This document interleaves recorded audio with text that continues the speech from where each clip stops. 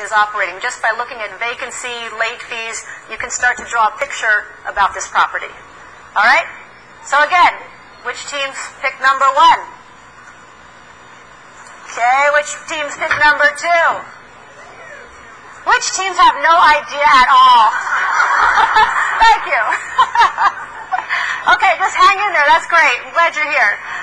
Okay, now we're going to go on to expenses. Again, you're going to look at the expenses, decide between you and your partner which property of the two you would pursue. It's the same property, 10-unit apartment building and a 12-unit apartment building.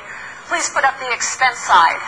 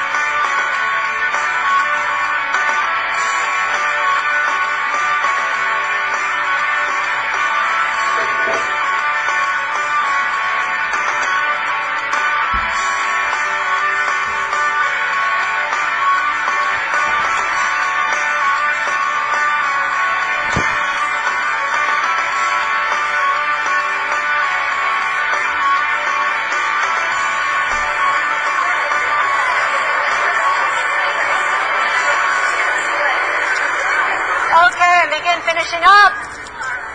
And stop. All right, based on expenses, which teams chose property number 1? Ooh, interesting, interesting. Which teams chose property number 2? Wow, okay. Electricity. What might that indicate?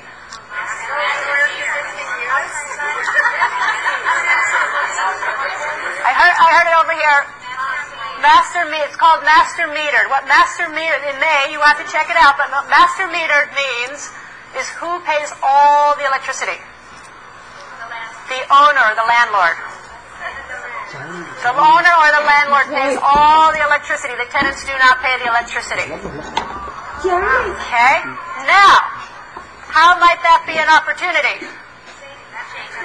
How would you change it? Make them pay for it. You can do that. You can actually divide it up so the tenants pay. There are companies. You don't actually even have to put meters on every unit.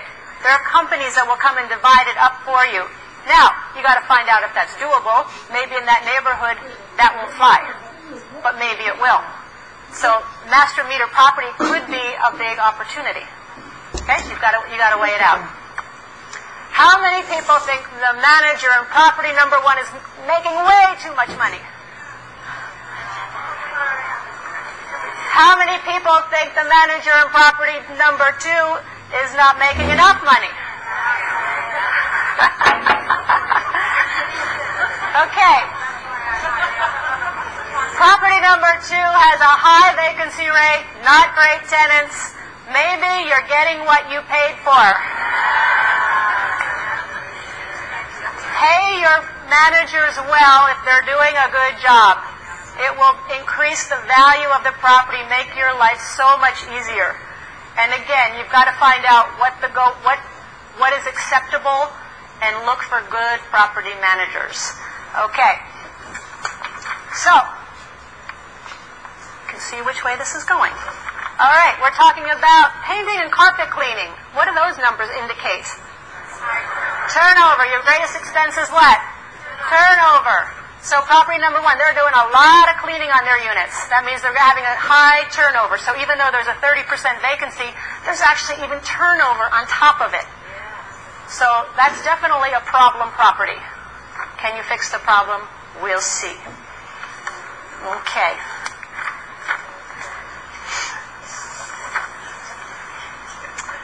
Okay, so again, are you starting to see how the numbers start to tell a story? Okay, and these are just some simple numbers. There is a program that we developed called 6 Steps to Becoming a Successful Real Estate Investor. If anybody's interested, we go a lot more into the in-depth analysis on how to analyze a property, due diligence checklists, everything that you need to look at when deciding whether to purchase a property or not. There's actually a spreadsheet that you can plug in your numbers to and figure out your cash flow, your return on investment, all of that. So 6 steps to becoming a successful real estate investor. Quick little commercial plug. Okay, now, property number 1, who's still interested? Okay, property number 2, who's interested? Who has no clue? All right, hang in there. We're going to go now to the debt section, the financing section. So I'm going to give you about a minute to look it over and decide, do I want to go after property number 1 or property number 2? If you would put up that slide. Ready, go.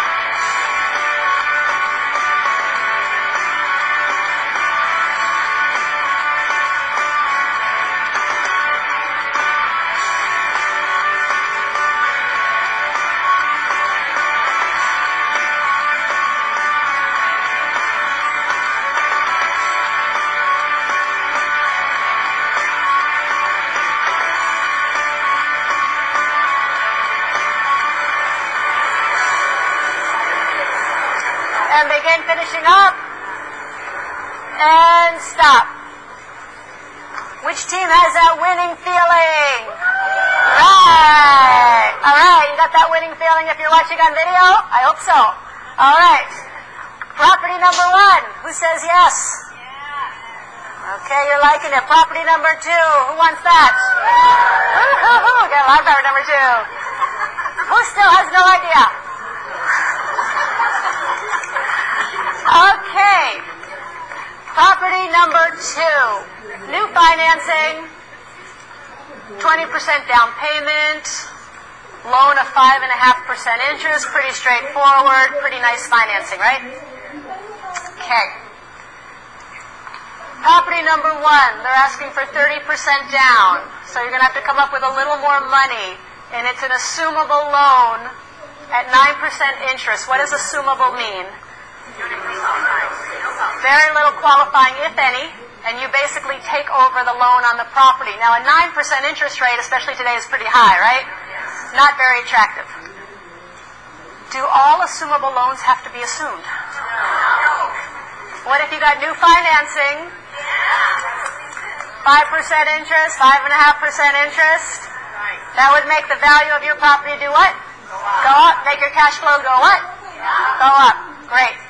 So, again, you've got to look at it. There's sometimes penalties. I'll tell you a quick story. Sometimes if you have an assumable loan, the seller will be penalized if they have to pay off that loan early.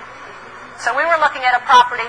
It actually had a penalty for the seller to pay off the property of $1 million. $1 million it was going to cost him. And so we're like, well, so everybody walked away from the deal. They all walked away from it. And what happened is we went in and we got our loan that we needed at 6%. And then we looked at this other loan and we're like, I'll tell you what, we'll take it over. You loan us some money. We won't pay it off, but you loan us at 0% interest. So you're not going to have to pay the $1 million, but you're going to loan us the money at 0%. Does that make sense? Okay, so we've got the 9% assumable, and he's loaning us a second at 0%. So our blended rate was about 6.5%. Does that make sense? Okay, so there's always ways to be creative to do these deals. There's always ways. Everything is negotiable. And what I'm finding now more and more is a lot of the answers are in the details. So for example, another property we looked at, it had an assumable loan on it, and the loan was going to be, it was at like 9.5%, but it was going to go through the year 2012. So it made the property very unattractive. It didn't cash flow because it was such a high interest rate, big debt. So as we're reading through the fine print, my partner points out, he's looking and he's making phone calls, and he found out there was a typo on the pro forma. You got to do your details. You got to do your research. When he went back and looked over the loan documents, he found out we could pay off that loan in 6 months and not assume that rate. So, of course, we extended the closing for 6 months, then put new financing on it, and the property makes perfect sense now. Make sense? Okay. So sometimes it's in the details. All right, so we've got income. We've got expenses. We've got debt. Where's that winning team? Where's the winning team? Okay, let me see those dollar bills. At home, put up your dollar bills, all right? Okay, which team chose property number 1 as the one they're going to pursue? Great. 1? Okay, who chose property number 2? Okay, and the answer is... it depends.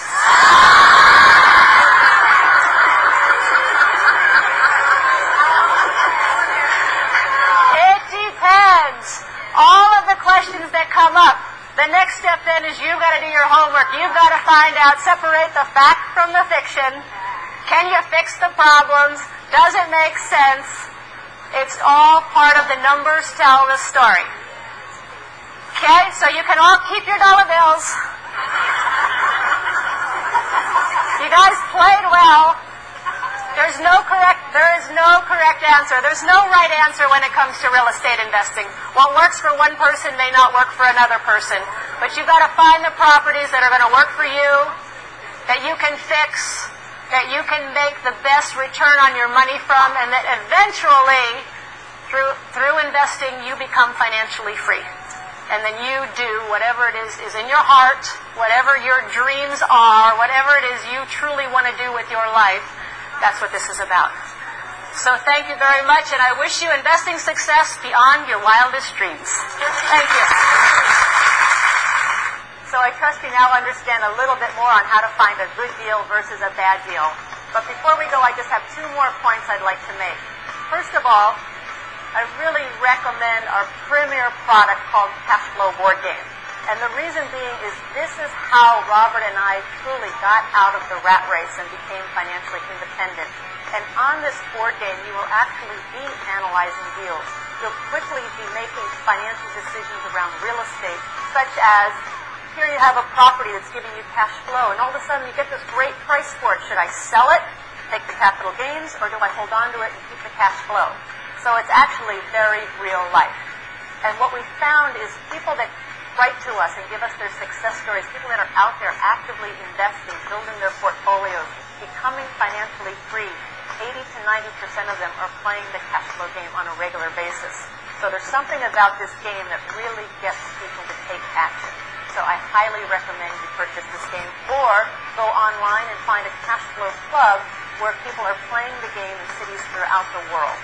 And the second point I want to make is just, again, to highlight why I love real estate over, for example, stocks, bonds, mutual funds. And it's very simple. If you remember from Rich Dad, Poor Dad, and so many of the Rich Dad products, we talk about the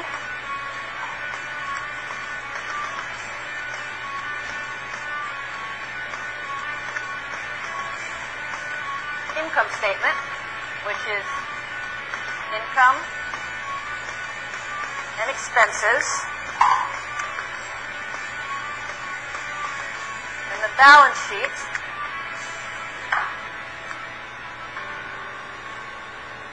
which is assets and liabilities. Now, the beauty with real estate is there are so many ways to make money, and you can make money in every one of these quadrants. So in stocks, you might get appreciation. You buy low, you sell high. In some stocks, you might even get a little bit of a dividend or cash flow. But the beauty of real estate is this. There's 4 incomes that you're actually getting. Number 1, you're getting cash flow. Hopefully, you're getting positive cash flow. That goes in your income. Then you're also getting depreciation, which comes into your expense column. If the property is appreciating, then you get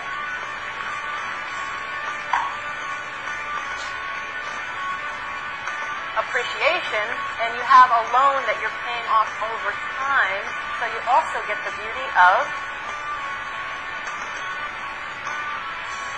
amortization. So you get cash flow, you get depreciation, you get appreciation, and amortization. And that's one of the real true reasons why I love real estate. So, those are my 2 extra points. Thank you so much for watching. I trust you got great value from this program. And until next time, I wish you investing success beyond your wildest dreams. Thank you.